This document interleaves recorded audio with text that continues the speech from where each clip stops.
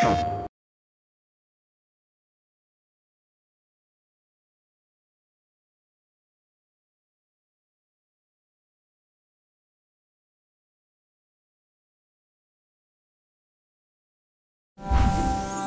think once people get a chance to play Flower, they're going to be talking about how new and unique and emotional the experience is. I think Flower, as what we call it, is a video game version of a poem.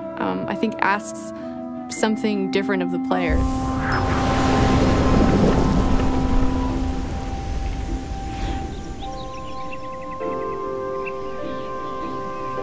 We are a generation of game makers who have now grown up our whole lives with video games. We see the potential for what an impact they can have on us.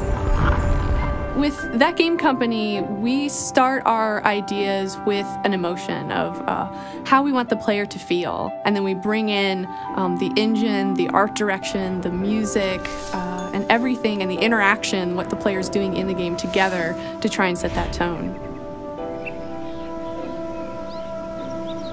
The concept of Flower started with Genova Chen, who's the creative director.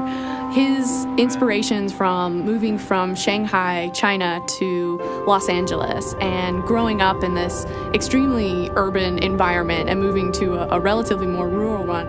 The contrast between the bustle of a city and the serenity of nature. When we start off on a concept, we just make lots and lots of little teeny prototypes of different ideas and different things we could possibly use to try and see if it will work, because it's all experimental at that stage. The current gameplay kind of came from this one bug. All of a sudden, just these petals from the flowers were bouncing through the air. We just got an immediate emotional reaction to it. And so we said, that's where we gotta go. The mechanics and the controls of the games draw the player into this experience where they get to soar around beautiful environments and explore things on their own time. It's quite unique and actually a very deep emotional experience.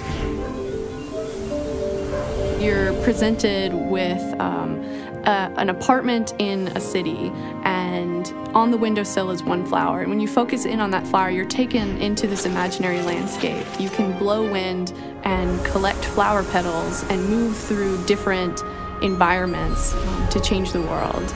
The controls are pretty simple. You use the 6-axis controller to tilt and move the swarm, and then every button does the exact same thing. There's this open-endedness to the experience. There's no score, there's no time limit, there's no death. And the tagline for us has been life in balance. So through the game, trying to find balance and harmony between these disparate elements of nature and city.